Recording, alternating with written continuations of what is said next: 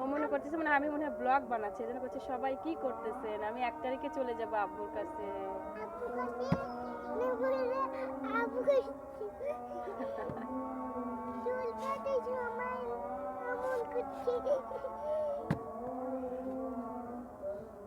বলেছো?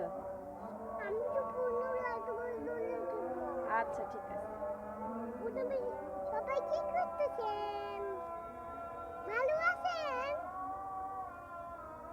নাস্তা করছেন?